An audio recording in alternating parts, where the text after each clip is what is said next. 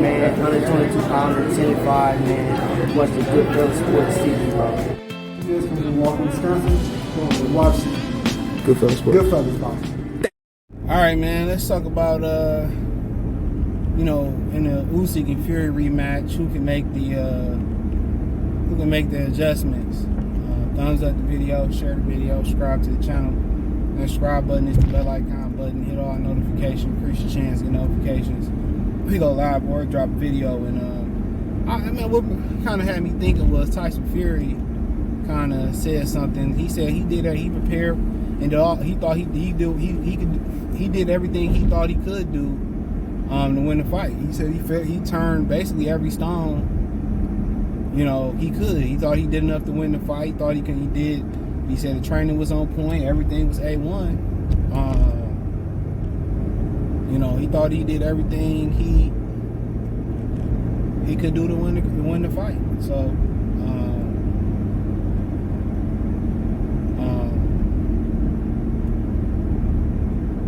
but like, who can make the adjustments to win the rematch?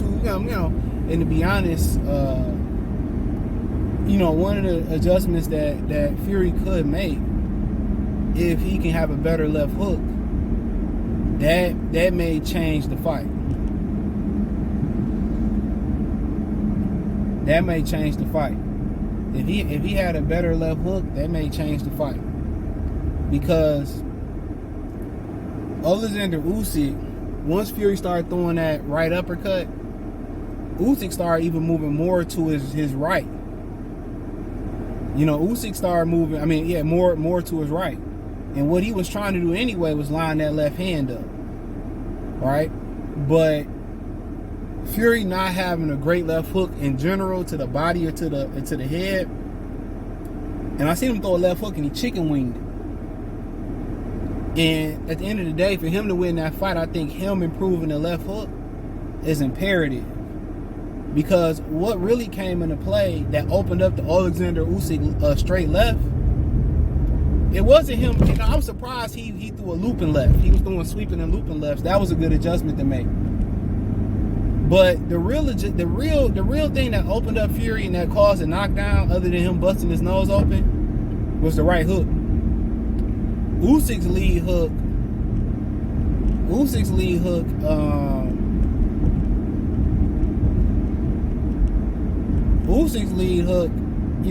Was the difference.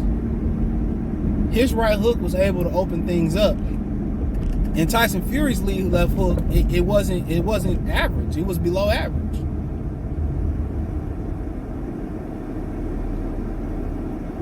It was below average.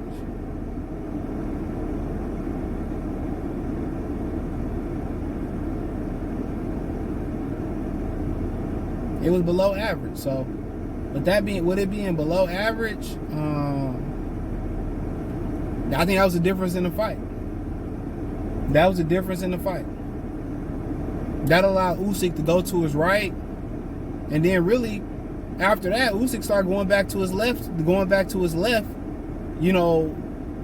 Because Fury, once Fury got tired and got in trouble, he stopped throwing the uppercut to the body, and it kind of reminded me of. I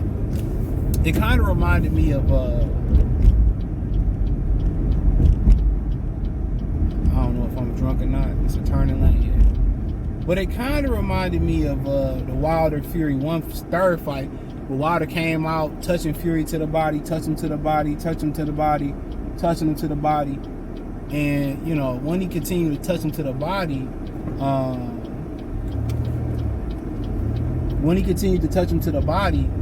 after a while, after about 2 rounds, that went out the window, and he went back to reverting to what he know. See, about the 4th round, Tyson Fury started going to Usyk's body. He started this, but then, and to me, he could have stepped the volume up a lot more to the body, right? But then once Usyk made the adjustment to circle away from that left hook, that left uppercut to the body, and the left uppercut to the head, he started going to his right. Tyson Fury never stepped it up. Oh, what did I just get myself into? But I don't know. This traffic is bananas right now. But he never made the adjustment. And he never made another adjustment. And the other adjustment was supposed to be, if he's circling into my left hook, I just got to throw an average left hook. I just have to throw an average left hook. Because he's walking right into the left hook. And what it reminded me was an adjustment that Canelo Alvarez made versus Lara. That's why I had that fight being even. Because Lara would get off on Canelo and slide out to it. He's another southpaw. He'd get off on Canelo, throw a couple combinations, and then he'd throw and he'd slide out to his right.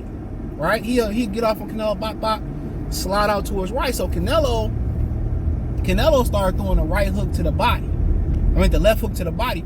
So it didn't have to be, he didn't have to really turn into the left hook like that, or turn into the left hook like that, because Lara was sliding out to his right every time. So I just throw the left hook. Guess what? His momentum is pulling him. His momentum is running him right to that left hook to the body. See, Canelo didn't drop the left hook to the head because Lara would have slipped it and countered him. You know what I'm saying? So he threw it to the body. And every time Lara would slide out to that left hook, it was like he was throwing a full power left hook, because he walking right into the left hook. Tyson Fury didn't attempt to do that. Even when he threw the left uppercut to the body, the right uppercut to the body, it wasn't even like He wasn't trying to throw combinations. He's a heavyweight. They don't throw combinations, but he never built on it. It's boom boom, which he should have been damn, this traffic is wild. It should have been rip it and come back with the left hook. But he didn't have a left hook. Even if he, Usyk started rolling to his right, he both dropped the right hook to the body, then dropped the right hook to the head. He never made an adjustment. So I could just, the left hook, Usyk can go to his right, line up the right hook, line up the straight left. He allowed him to do so. He took his left uppercut away. So the answer was throw the left hook. Upstairs, downstairs, double it up, upstairs, downstairs. That was the answer. That was the answer.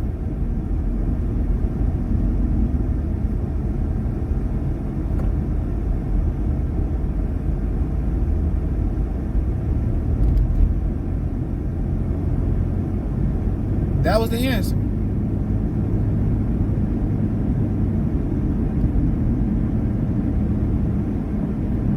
So that, and now Usyk, that's his adjustment. Now for Usyk, I think getting the time and the distance, I think he got a lot of momentum going into the second fight, because you backed up the bigger man. That already didn't look good to the naked eye. An adjustment that he can make, if he do come back with a left hook,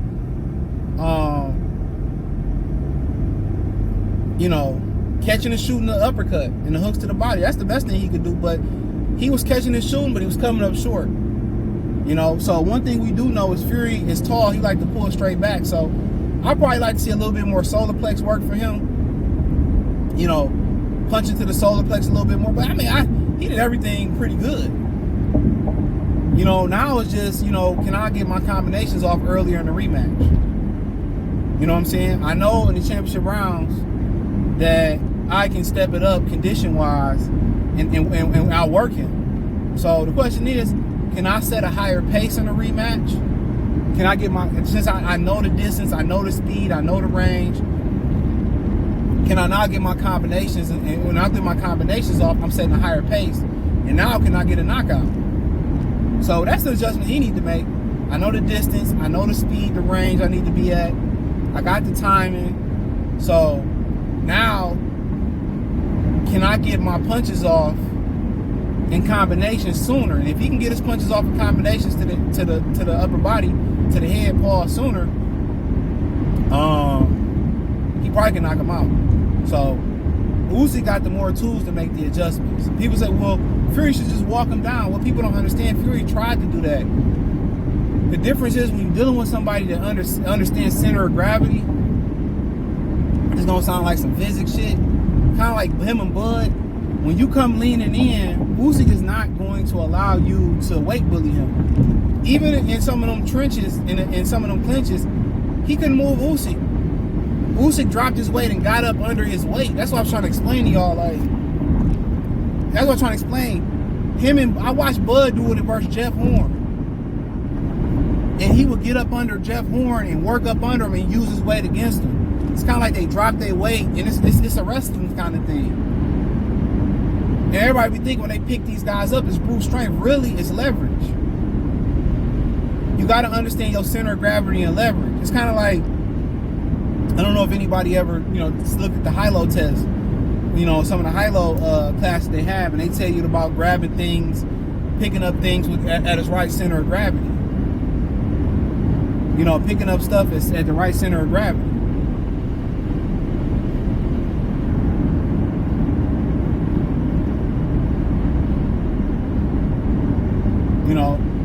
And that's the same thing that he's doing. So when he tried to lean on him, Usyk just dropped his weight and got up out of there.